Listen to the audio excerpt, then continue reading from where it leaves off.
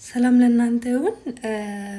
ዛሬ የገላትያን መጽሐፍ የምናነብበት ጥናቱን የምንጀምርበት ቀን ነው። መጀመሪያ ለአጭር ደቂቃ እንጸልይ። ጌታ ሆይ ስለሰጠን ስለዚህ ጊዜ እናመሰግናለን፣ ስለ ምህረት እናመሰግናለን። ቃልህ በኢየሱስ ክርስቶስ ስም ከደም ከስጋችን ጋር ተዋህዶ በኢየሱስ ክርስቶስ ስም እንደ ቃልህ ለመኖር የምንኖርበትን ጸጋ አብዛልን፣ በጌታ በኢየሱስ ስም አሜን። ዛሬ ያለኝ ደቂቃ በጣም ትንሽ ስለሆነ በትንሽ ደቂቃ ለማውራት ሞክራለሁ። ገላትያ ዛሬ የገላትያን ሂስትሪውን ነው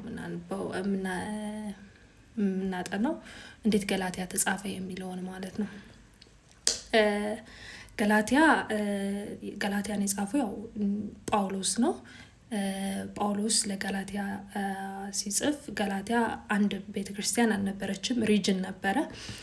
እሱንም ደግሞ ሐዋርያት ስራ 13-14 ላይ እናገኘዋለን።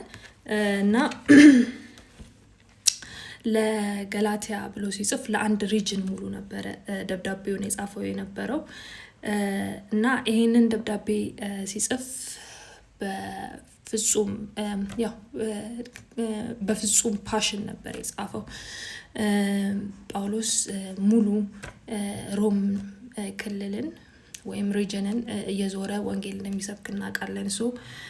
ከሰበከባቸው አንዱ ሪጅን ስለነበረ ነው ለገላትያ የጻፈው። በፓሽን እና አንዳንድ ነገሮችን ደግሞ ወሬ ሰምቶ ስለነበረ ያንን አድሬስ ለማድረግ ነበር ይህንን ደብዳቤ የጻፈላቸው ማለት ነው። ያው ያ አድሬስ የሚያደርገው ኢሹ ደግሞ ምንድነው? ስለ ክርስቲያን ነው፣ ስለ ክርስቲያኒቲ ነው፣ ስለ ክርስትና ነው።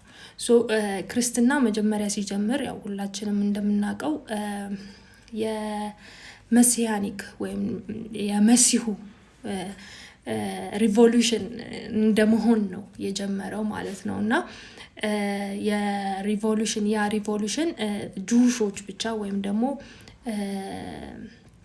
እስራኤላውያን ብቻ ነን ብለው የሚያስቡ ብዙ ሰዎች ነበሩ፣ እስራኤላውያን ማለት ነው። እና እንዴት ነው ይሄ ማለት?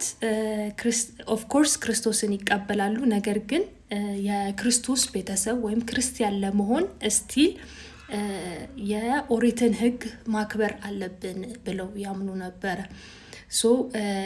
ይህን ነገር ደግሞ ይዘው ወደ ገላትያ ቤተክርስቲያን ይዘው ሄደው ነበረ ማለት ነው፣ እንትኖች እስራኤላውያን ማለት ነው፣ ወይም ደግሞ ጁሾች። ስለዚህ ይሄን ነገር አድሬስ ለማድረግ ጳውሎስ የጻፈው ደብዳቤ ነው ማለት ነው። which means ክርስቶስ ብቻ ለመዳናችን በቂ ነው የሚል ማለት ነው። እና ግን ጁሾችንም ወደፊት የምናየው ይሆናል፣ ወይም ደግሞ እስራኤላውያን ስቲል ክርስቶስን ተከታይ ሆነው የመስቀሉ ተከታይ ሆነው ግን ስቲል እንትን ያሉበት ቦታዎች አሉ፣ የኦሪትን ሕግ ደግሞ ያልጣሉበት ቦታዎች ነበሩ ማለት ነው።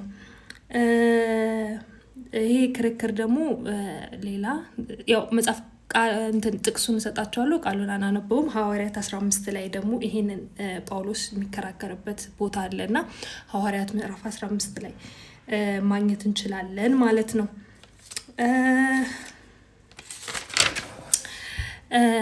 ሌላ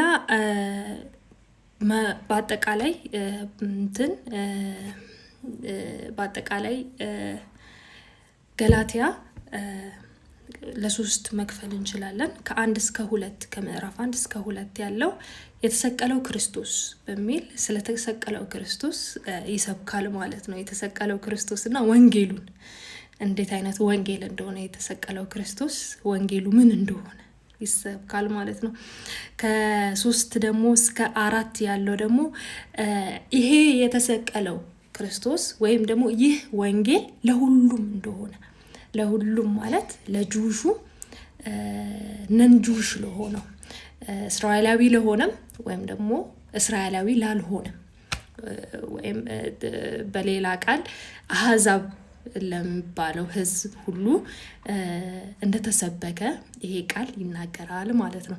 ከ5 እስከ 6 ደግሞ ይሄ ወንጌል በእኛ ውስጥ ገብቶ በመንፈስ ቅዱስ ኃይል እንዴት እንደሚለውጠን ምን ያህል ፓወር እንዳለው የዳነ ሰው ደግሞ እንዴት እንደሚኖር ይናገራል ማለት ነው።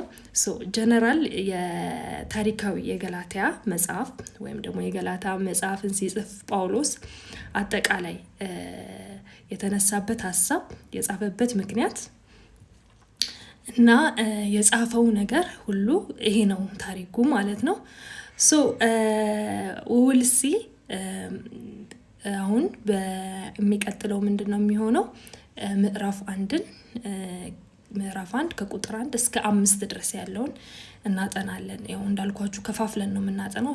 ከምዕራፍ 1 ከ1 እስከ 5 ያለውን እናጠናለን። እሱን እያነበባችሁ ጠብቁኝ። ያ ስቴይ ቱንድ